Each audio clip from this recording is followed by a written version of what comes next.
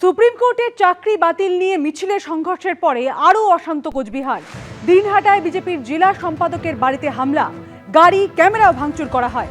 তৃণমূলের বিরুদ্ধে হামলা চালানোর অভিযোগ বিজেপি।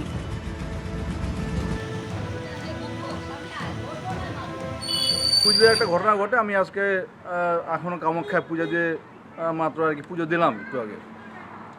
শুনছি যে বাড়িঘর ভাঙচুর করছে, ওখানে শুনতে পেলাম। তারা জানে যে বাংলার মানুষ এদের সাথে নেই। এই চুরিগুলো ঢাকতে গিয়ে মানুষকে এইভাবে যাতে সন্ত্রাস করে তারা টিকে থাকতে চাইছে, কিন্তু বাংলার মানুষ আগামী দিনে যে ভোট আসে এই ভোটে তারা জবাব দিয়ে দেবে। অজয় রায় বাঁচে আছে না মরে গেছে এ তো আমার জানা নাই। দিনাটা শহরে আমি কোনোদিন দেখি না। তবে আমি এটা বলবো যে আমাদের লোকরা এই কাজ করে না। মরা মানুষকে মারবে, একটা বুড়ার মতো মানুষ তার বাড়ি ভাঙবে, সেটা আমরা তৃণমূল কংগ্রেস করি না।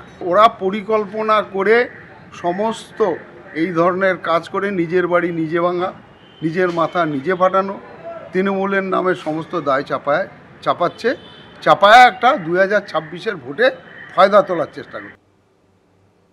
কেউ গোল্ড মেডেলিস্ট, কেউ আবার ক্যান্সার আক্রান্ত, দেশের জন্য পদক এনেছেন প্যারা এশিয়ান গেমস থেকে। আর এরা প্রত্যেকেই আজ চাকরিহারা। তাদের কাছে যখন চাকরি হারানোর আতঙ্ক, তখন না পাওয়ার আক্ষেপ, যোগ্যদের বাদ দিয়ে যোগ্য প্যানেলভুক্ত করার দাবিতে দীর্ঘদিন ধরে আন্দোলন করা এসএলএসটি চাকরি প্রার্থীদের। তিনি বললেন কৃষ্ণমৃত্তিকা তুমি আজ স্কুলে আসবে না, এটা ভাবতে পারছি না। নিয়োগ দুর্নীতি মামলায় সুপ্রিম কোর্টের রায় কারো চাকরি চলে গেছে, আবার দুর্নীতির অভিযোগ তুলে কেউ এখনো রাস্তায় বসে। দুপক্ষের মধ্যে এখন একটাই কমন ফ্যাক্টর, চোখের জল। উত্তর 24 পরগনার হাবড়ার বাসিন্দা কৃষ্ণমৃত্তিকা নাথ। রবীন্দ্রভারতী বিশ্ববিদ্যালয়ের ভোকাল মিউজিকের গোল্ড মেডেলিস্ট কৃষ্ণমৃত্তিকা উত্তর দিনাজপুরের রায়গঞ্জের কৈলাসচন্দ্র রাধারানী বিদ্যাপীঠে শিক্ষিকা ছিলেন। রাতারাতি চাকরি চলে গেছে।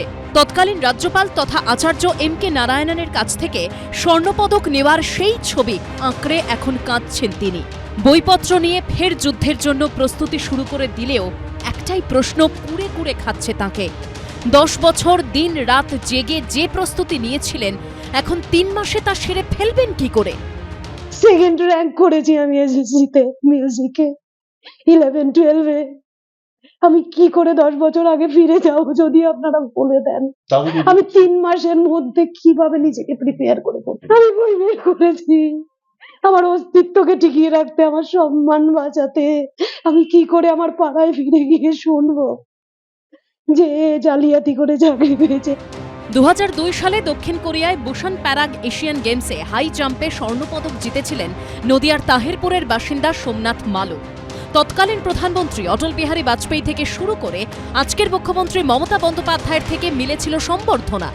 সুপ্রিম কোর্টের নির্দেশে এখন চাকরি হারার দলে বীরনগরের একটি স্কুলের ক্লার্ক সোমনাথ। শরীরে বাসা বেঁধেছে ক্যান্সার। তার প্রশ্ন, ক্যান্সার আক্রান্ত সোমা দাস চাকরিতে বহাল থাকলেও তিনি কেন নয়? আমি একজন ব্লাড ক্যান্সার পেশেন্ট। আমার মতো সোমা দাস বলে একজন আছেন, ওনারও ব্লাড ক্যান্সার, ওনারটা বহাল হলো, অথচ আমারটা বহাল রাখলেন না। তাই মুখ্যমন্ত্রীর কাছে আমার রিকোয়েস্ট, অনুরোধ, উনি যদি বিচারপতিদের সাথে একটু কথা বলে যদি আমার চাকরিটা বহাল রাখেন, তাহলে আমি আমার পরিবার নিয়ে, আমার মেয়েকে নিয়ে আমি বেঁচে থাকতে পারবো। সুপ্রিম কোর্টের রায় চাকরি খুইয়েছেন পশ্চিম মেদিনীপুরের চন্দ্রকোনার বাসিন্দা এই শিক্ষক দম্পতিও। আমরা ভেবেছিলাম যে আমরা চাকরি করছি, তাহলে একটা জায়গা কিনেছি লোন করে, যে এবার আমরা বাড়ি ঘর দুয়ার করবো, কিন্তু হঠাৎ করে যে এটা মানে একটা রায়ে আমাদের মাথায় এখন আকাশ ভেঙে পড়েছে। আমরা কি করবো এখন কিছু বুঝতে পারছি না। এত টাকা লোন, হ্যাঁ তার চাকরির উপরে সার্ভিস লোন নেওয়া আছে, 14 লক্ষ টাকা লোন আছে আমার এখনো। একদিকে হারানোর আতঙ্ক, তখন অন্যদিকে না পাওয়ার আক্ষেপ। অযোগ্যদের বাদ দিয়ে যোগ্যদের প্যানেলভুক্ত করার দাবিতে কলকাতার গান্ধী মূর্তির নিচে 1308 দিন ধরে টানা ধর্ণা দিয়েছেন এসএলএসটির চাকরি প্রার্থীরা। এমনকি সমস্যা সমাধানের আশ্বাস দিয়েছিলেন খোদ মুখ্যমন্ত্রীও। আইনের মধ্যে দিয়ে সিস্টেম করে করতে হবে। ঠিক দ্যাট টাইম আমি মনে করি যে জুন মাসের প্রথম সপ্তাহের মধ্যে আমি প্রার্থীকে ইনস্ট্রাকশন দিচ্ছি টু ডু সামথিং। কিন্তু এত কিছুর পরও যে অন্ধকারে ছিলেন সেখানেই রয়ে গেছেন। মুখ্যমন্ত্রী একাধিকবার আমাদের সাথে ফোনে কথা বলেছেন, অভিষেক বন্দ্যোপাধ্যায় মিটিং করেছেন, কিন্তু এগুলো সবই কেবলমাত্র আমাদের ললিপপ। এখন তো মনে হয় এগুলো সবই ললিপপ ছিল, তাছাড়া কিচ্ছু না। আগামী 7 তারিখ আরও একটা বৈঠক আসছে, আরও একটা মিটিং আমরা দেখব, সেখানেও ললিপপ দেওয়া হবে। প্রত্যেকবার মিটিংয়ের নামে আমাদের ডেকে, হ্যাঁ, এখন তো মনে হচ্ছে সেগুলো সমস্ত কিছুই ভাঁওতাই ছিল, কোনো কিছুই তারা করেননি। চোখের জলে, হতাশায়, উদ্বেগে, উৎকণ্ঠায় এভাবেই দুর্নীতির চরম খেসারত দিচ্ছে হাজার হাজার পরিবার। সোমনাথ দাস, সন্দীপ সমাদ্দার ও সুদীপ চক্রবর্তীর রিপোর্ট, এবিপি আনন্দ।